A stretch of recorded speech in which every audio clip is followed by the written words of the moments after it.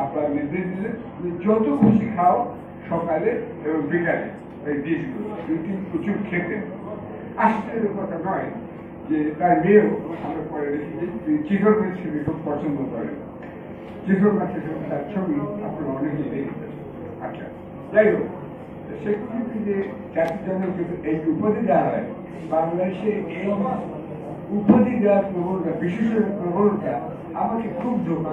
কারণ চার্চিলের নামের আগে দেখি না father of the nation, severe of the nation, অথবা রুজভেল্টের নামে দেখি না, এরকম কিছু ডিগলের নামে দেখি না, কারো নামে দেখি না। বাংলাদেশে আসলে এটা এসে পশ্চিমবঙ্গের কালচার থেকে আমার মনে হয় দেশবন্ধু চিত্তরঞ্জন দাস, অমুক তমুকি, এখান থেকে এসে বঙ্গবন্ধু, তারপরে আমাদের এসআর সাহেব পল্লী বন্ধু। এখন যদি আপনি সেখানে জাতির জন্য উপরে দিতেই চান, আওয়ামী লীগের প্রতি আমার অনুরোধ, আপনারা শেখ হাসিনার একটা উপরে চান। আমি উপদেশটা বেরো করেছি, তিনি হচ্ছেন জাতির জন,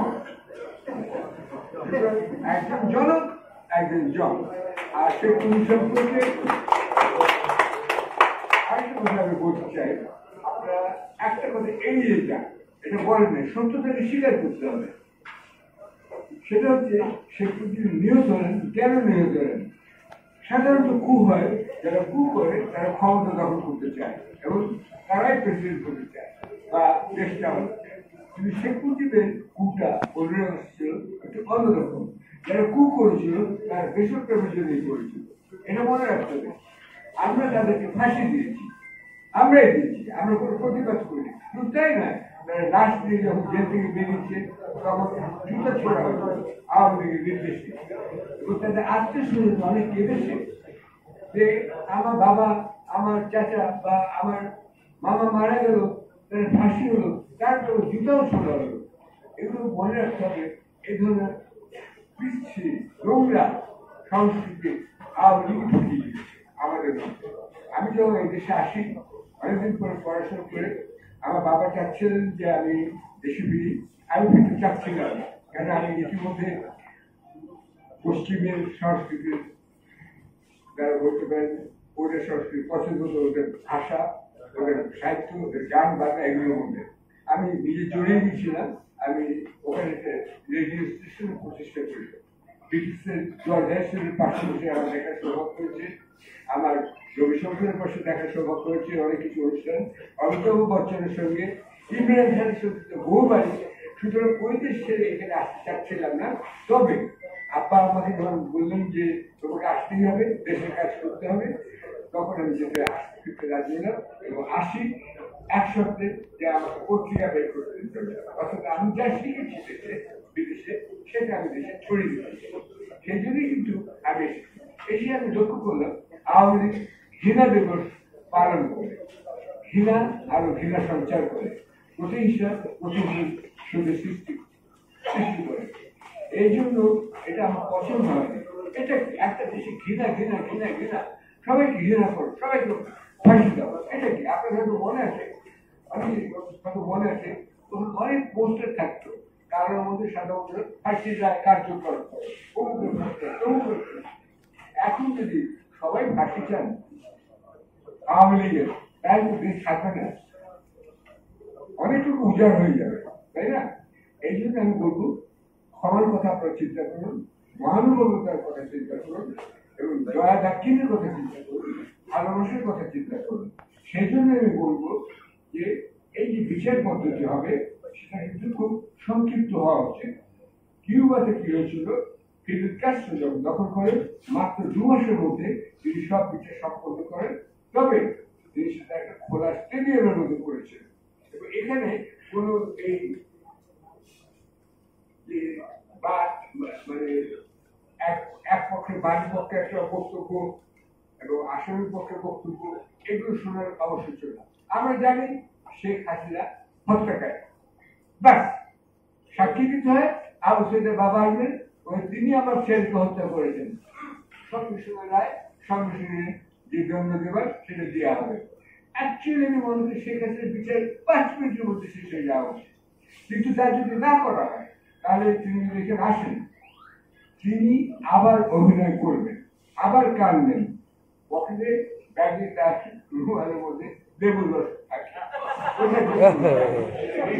এইটা আপনার এই নাটক আমি আর দেখতে চাই না বাংলাদেশে। প্লিজ আপনারা এই নাটক তারপরে দেশে সারাক্ষণ এই সংবাদই প্রাধান্য পাবে যে এই অমুক তমুক আমাদের তমুক নেতা তমুকটা পলক ফলক এগুলো দরকার নেই আমাদের। এদেরকে যা শাস্তি দেবেন, তুমি দোষী এই বলেছে, ইউ আর গিল্টি, ফিনিশ। এখানে উকিল টুকিল যেটা দরকার নেই, সবাই জানে কে দোষ করেছে, বাংলাদেশে সবাই জানে, ছোট দেশ, সুস্থ সমাজ। এখানে আপনি মামলার পিছনে রাষ্ট্রীয় খরচ করার এবং সমাজের সময় নষ্ট করার দরকার নেই, কেননা দেশ আমাদের গড়ে সামনে নিয়ে যেতে হবে। সুতরাং এদেরকে যা বিচার করার করুন, 2 মাসের মধ্যে শেষ করুন, করে সমাজ কিন্তু দেশ কিন্তু 15 বছরে এগিয়ে যাবে। এবার আমি বলতে চাই, বিদেশের ভূমিকা বলতে হবে আমাকে, যে আপনারা এখানে হয়তো এসে বুঝতে পারছেন না যে বিদেশে কি হয়। এখানে যারা আছেন তার মধ্যে একজন বাদে বিদেশি কিন্তু আন্দোলনের অনেক সুফল শেষ পর্যন্ত বয়ে এনে আজকে পিনাকি ঘটকের যা করেছে, অতীতে তা অনেকে ধরুন সিরাজুর রহমান করেছেন, তিনি অনেক কথা ফাঁস করে দিয়েছেন যে শেখ হাসিনা বলছিলেন আমি বাংলাদেশে ফিরে যাব প্রতিশোধ দিতে, এটা ওনার ইন্টারভিউতে এসেছিল। এরকম বিদেশে অনেক প্রতিষ্ঠান আছে, অনেক সংঘ আছে, যেমন ডক্টর ইউনূসের পক্ষে যে নোবেল প্রাইজের যে বক্তা যে আপনাদের শত নাগরিক কমিটির মতো যে এসছে, সেগুলো করেছে। প্রোটেক্ট ডক্টর ইউনূস নামে একটা গোপন সংগঠন করেছে। সেই সংগঠন থেকে তারা ওই বিবৃতি তৈরি করে দিয়েছে। সেই বিবৃতির ভিত্তিতে খবরের কাগজে ওই বিজ্ঞাপন বেরিয়েছে, নিউ ইয়র্ক টাইমস থেকে শুরু করে গার্ডিয়ান ফার্ডিয়ান সব জায়গায়, এবং তারপর তারা এই আপনারা জেনেছেন যে বিদেশের কতটা সমর্থন হয়েছে। এছাড়া অনেক মিটিং হয়, অনেক জনসভা হয়, ভিক্টর প্রাইজ অর্গানাইজ করে, অনেকে বার্মিংহাম, লিভারপুল, লন্ডন বিভিন্ন শহরে হয়, তো সেগুলো কিন্তু আজকে ধাক্কা এসে পড়ে এখানে, সেটা মনে রাখবেন। এদের অনেক কিছু আছে। আমার সৌভাগ্য যে আমি দেশেও থাকতে পেরেছি, বিদেশেও থাকতে পেরেছি বলে আমি দেখেছি। এই জন্য আমি কয়েকজনের নাম উল্লেখ করতে চাই, আজকে তাদেরকে স্মরণ করতে হবে। এখানে আমি বলবো লিটনের নাম, সুরমা সম্পাদক এবং দৈনিক পত্রিকার সম্পাদক, সাপ্তাহিক পত্রিকার সম্পাদক এমাদ সাহেবের নাম করতে চাই। এছাড়া ইউকেতে আখলাক আহমেদ, মাহাদি হাসান, ডক্টর মামুন, তিনি মারা গেছেন, সিরাজুর রহমান বললাম, জহুরুল হোসেন, এদের নাম আমাদের জানতে হবে, এবং ব্যারিস্টার রমিজ এবং ব্যারিস্টার আনোয়ার, যিনি এখানে আছেন। এরা অনেক কাজ করেছেন বিদেশে, টাকা সংগ্রহ করা, রেমিটেন্স বন্ধ করা, নানান রকম আমাদের কৌশল চিন্তা করতে হয়েছে, যা এরা আবার উপরে দিয়েছেন পিনাকিকে। সম্মিলিত চিন্তার ফসল, এটা বুঝতে হবে। পিনাকি আমাকেও অনেক ফোন করেছে, যেমন ধরুন আপনি বলতেছেন পিনাকি যখন প্রথম শুরু করলো প্রোগ্রাম, দেখা যাচ্ছিল প্যারিসের আইফেল টাওয়ারের ছবি, প্যারিসের তমুক বিল্ডিং এর ছবি, অমুক বিল্ডিং এর ছবি।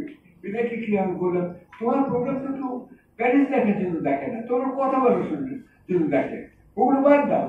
তুমি তোমার প্রোগ্রাম শুনলে লোকে একটা রিক্সার শুনতে চায়, সে দেখতে চায়, সে তো কোনো আইফেলটা দেখতে পারবে না, যেতেও পারবে না। তুমি ফ্ল্যাশ রাখো, স্ক্রিনে তুমি নিজে আসো, খালি নিজে বলো এবং আঞ্চলিক ভাষায় বলো, যাতে তুমি মানুষের কাছে পৌঁছে যেতে পারো। এটা হচ্ছে এই যে দেখবেন পিনাকি যে অনেক সময় অশালীন ভাষার প্রয়োগ করে, এছাড়া উপায় নেই, কেননা ওই ভাষাতে লোকে বোঝে যে পিনাকি কি বলতে যাচ্ছে, পিনাকি ঘৃণা কতখানি প্রখর এবং কতখানি তীব্র সেটা। আচ্ছা, আর আমেরিকাতেও ভূমিকা রেখেছেন যারা, তাদের নামও করতে চাই আমি, মিল্টন ভুইয়া, ক্যাপ্টেন রেজা,